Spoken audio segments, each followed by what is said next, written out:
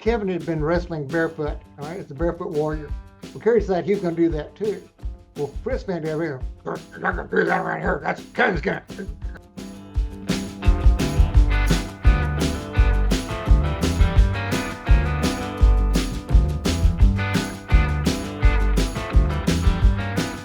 You know, the stories of wrestling are so interesting. I know one about Kerry.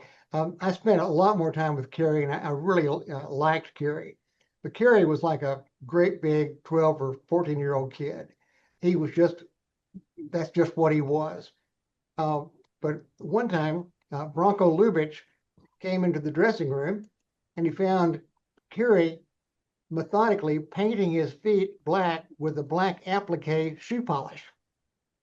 And I said, what the hell are you doing?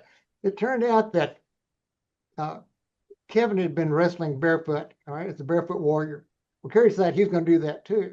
Well, Fritz went over here. You're not going to do that right here. That's Kevin's going to stop it. So Kerry had forgotten his boots. So his idea was if he painted his feet black and his dad saw it on TV, he'd think he had the boots on. Only Texans, only Texans. Forget about the fact that you can see forget about the fact you can see your toes.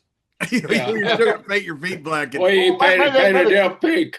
He painted them pink. The camera wouldn't focus in that much, but it was just the way it was. It was so entertaining backstage. I mean, it was the Wild West. I mean, a lot of these guys, and I was one of them, just overgrown kids. But it was just so entertaining with these guys. They were incredible characters. Oh, they have stories upon stories upon stories.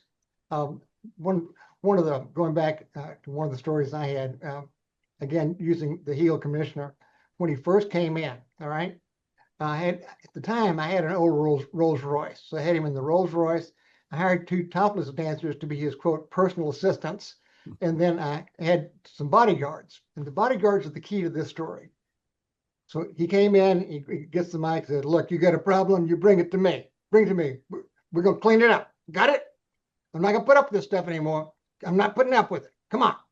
So he said, and believe it or not, John, 2 or 3 of the wrestlers came down to introduce themselves thinking he was a real commissioner. Wow.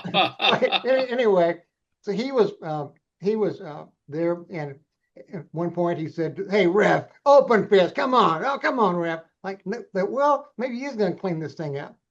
So then he made it very clear he's not going to tolerate any cheating. So a match starts with Sam Houston and Mike Davis, Mike being the heel, all right? So the commissioner and entourage leave to go to the office or something. Okay, while they're gone, Mike Davis somehow gets a hold of a chainsaw and tries to attack Sam Houston with the chainsaw. He chases the 4 old fat ladies around the ring. Finally, Houston manages to get him back in the ring and manages to get that chainsaw away from him. And wouldn't you know it, that's when the commissioner walks back in and sees Houston holding the chainsaw. He said, all right, put it down. Ref, hold this other man's hand up. He's your winner. He said, you just bought yourself a 1-year suspension. You're this close to a lifetime ban, this close. He said, but you understand it.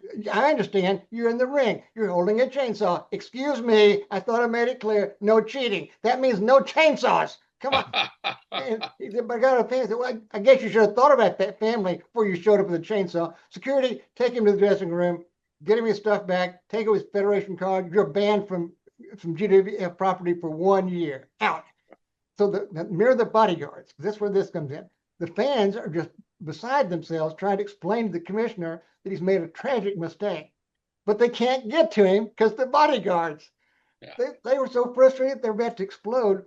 The evening ends with the commissioner and his entourage leaving, followed by an angry, shrieking mob screaming, "Commissioner sucks! Commissioner sucks!"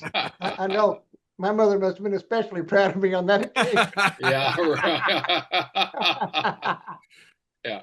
Oh, Scandar Akbar, I loved when he would throw the fire because he would do it where you couldn't see it. He'd look around real big and he'd go to reach in his pocket and he'd do it like this and he'd reach in it all the way in his pocket and then pull it out like where nobody can see it and then light it on fire and throw it, like he's doing something where nobody can see it. The pantomime that Akbar would do in those old guys was just tremendous. When the commissioner said, thankfully, Scandar wasn't seriously injured in the resulting explosion.